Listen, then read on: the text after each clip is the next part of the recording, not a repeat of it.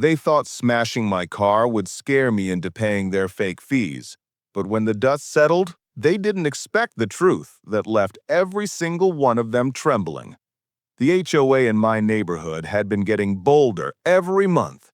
At first, it was small fines, too many tools in your yard, grass 2 inches too high. I ignored their harassment because I knew my rights. But then one morning, I stepped outside to see something unthinkable. My car, my pride and joy, was smashed to pieces.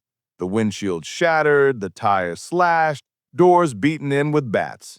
And taped to the hood was a paper that read, "This is what happens when you don't pay your HOA fees." The so-called HOA enforcers were standing there smirking as if they had just sent me the ultimate message. Neighbors peeked out from their windows, horrified but too scared to speak up. Karen, the self-appointed queen of the HOA, strutted over and sneered, "Maybe now you'll think twice before ignoring us." I stayed calm, almost too calm.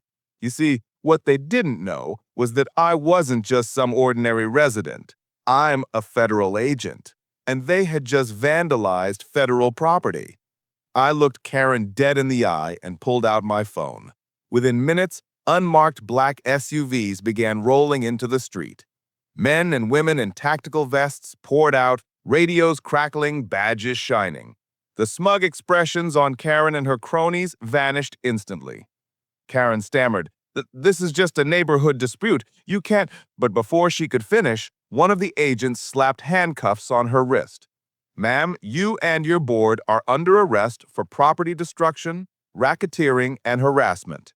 The neighbors started cheering as the HOA so-called leaders were lined up against the curb, hands behind their backs. My car may have been destroyed, but in that moment, justice was louder than the sound of any engine.